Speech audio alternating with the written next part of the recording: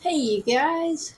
Um this this video is just going to be an introduction into chapter 2.1 because you can use my steps for solving equations or you can use Desmos or you can use the TI-83. Now, using the video studio, the video program I'm using. Um, I don't know how to record using the TI-83, but I do know how to use this this program to show you how to use Desmos. So you're going to absolutely blow your mind, be excited because you're going to love it. Now, not every teacher allows this technology to be used in the classroom. They consider it cheating. I do not, because it does not do it for you. You have to know how to do it, and you have to know how to interpret it. So therefore, I don't feel like it's cheating. Cheating is when it does it for you and you don't have to know anything about it. So, anyways, uh, by hand, what to do? First, simplify either or both sides of equals by doing what it says because you're doing the order of operations. We learned that in chapter 1. 2, if x is on both sides of equals, always take the small x to the big X. Some teachers say always take it to the right, or others say always take it to the left. I don't care. Always take small to big, either by adding or subtracting because you're taking the x with it. The next step, step 3, eliminate, add or subtract to the x by doing the opposite. Step 4, eliminate, multiply or divide to the x by doing the opposite. Take the sign with it. Now you don't ever forget to take plus with it. What you do tend to forget is taking the minus with it. Now really there should be a 5th step. Check your answer. But if it says, good job, then you know you did it right. If it says, oops, then you know you did it wrong. So usually I've started eliminating step 5. So how would I do this? Well, there is no step 1 because I can't simplify both sides or either side. There's nothing to simplify. But there is an x on both sides. Negative 5 is smaller than negative 1. So I'm going to move negative 5 to the negative 1 by the opposite. Okay? The opposite of minusing 5x is to plus 5x to both sides. So positive 5x minus 1x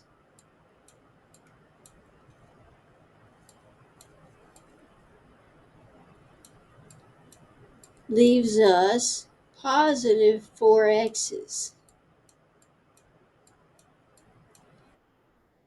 Now, the next step, we're trying to get x by itself, so I need to move the 6 away from x. So the opposite, so eliminate plus or minus to the x. Notice this negative 2, but there's no x over here. So the 6 is what I've got to move because there's an x with the 6. So the opposite of plusing 6 is to minus 6 to both sides. Notice when it has to go to the opposite side of equals, you do the opposite to it. So if I owe $2 and I borrow 6 more, I owe $8. Choppa choppa. Now eliminate multiply and divide to the x by doing the opposite. The opposite of times is to divide.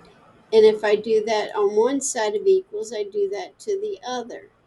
Notice this is a positive 4, so I'm dividing by a positive. Negative divided by positive gives us a negative. 8 divided by 4 is 2. Now, using these, I would simplify by distributing that 0.06. So I got to find my calculator first, because I don't do math in my head. 0.06 times 5,000 is 300. So 0.03x plus 300,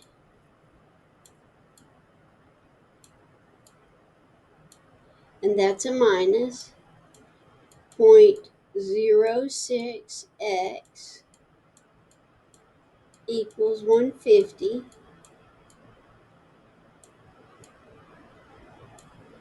Okay. Now the issue here is I've got two x's on the same side of equals. So I'm not done simplifying. Sometimes step 1 takes multiple times through. So 0.03 minus 0.06 gives us negative 0.03. And keep your x.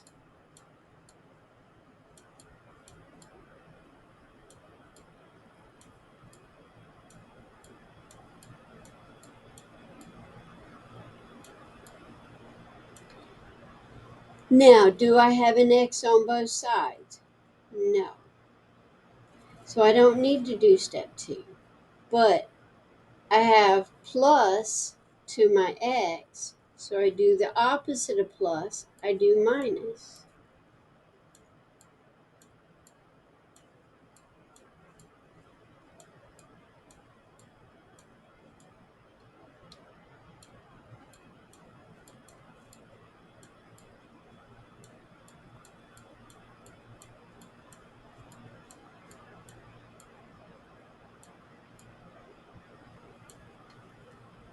And then the last step, eliminate multiply or divide.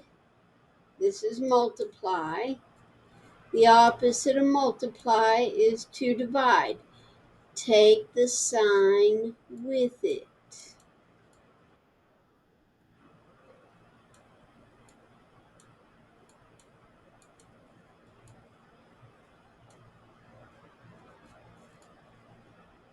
Yeah.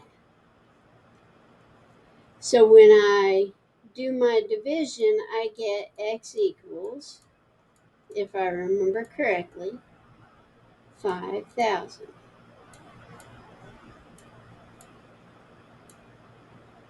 How cool is that? Now, here, I wanted to mention something about this one. There's 4 terms. I could actually factor this one and then solve from the factor situation.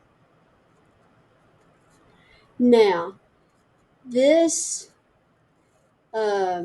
this homework actually has two documents that include this homework. Okay, I started it on 1.6 to 2.1, and then I finished it over on this one. So I kind of reviewed some of the material.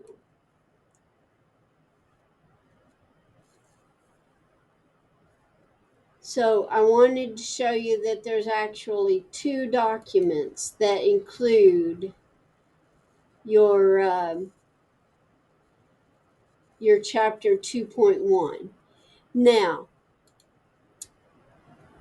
I wanted to get into this right here.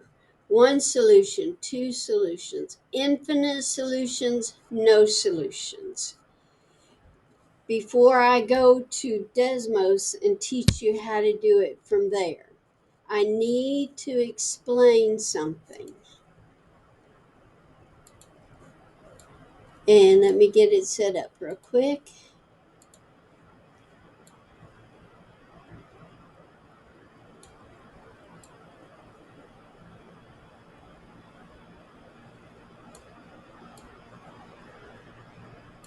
So let's say you've got this coordinate grid.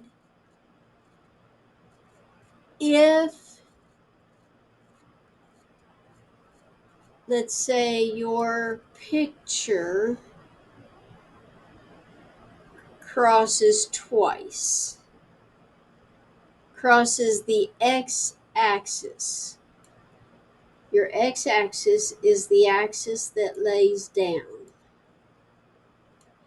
which you'll learn a whole lot more of in chapter 3. Your axis that stands up is your y-axis.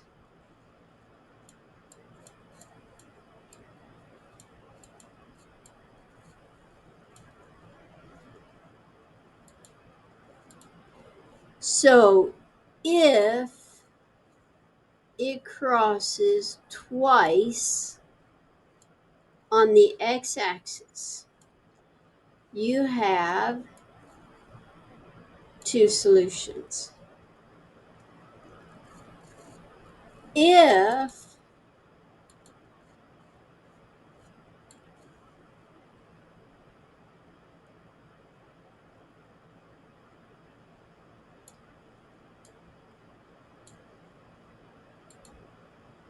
your picture crosses the x-axis one time, you have one solution.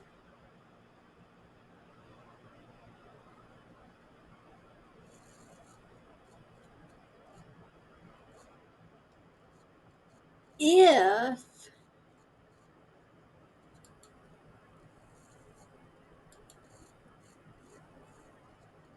let's say you've got something that does this,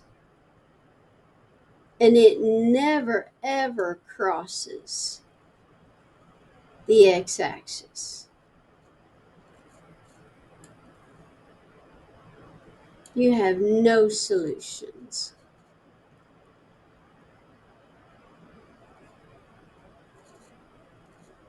Now, if you have one graph, one picture, you're never going to have infinitely many solutions. You will have infinitely many solutions if, and only if,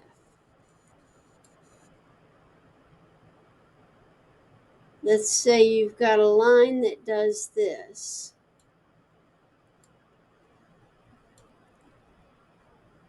And then you've got another line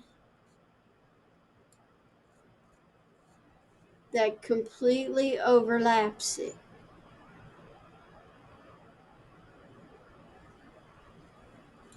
Because it's basically the same line, with different equations. That right here is infinitely many solutions.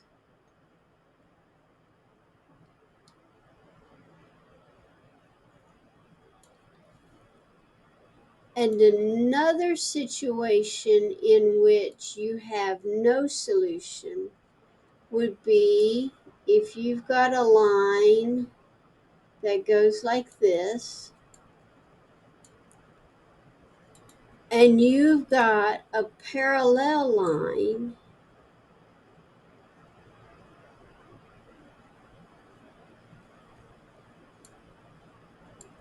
so that they never cross. That will also be no solution.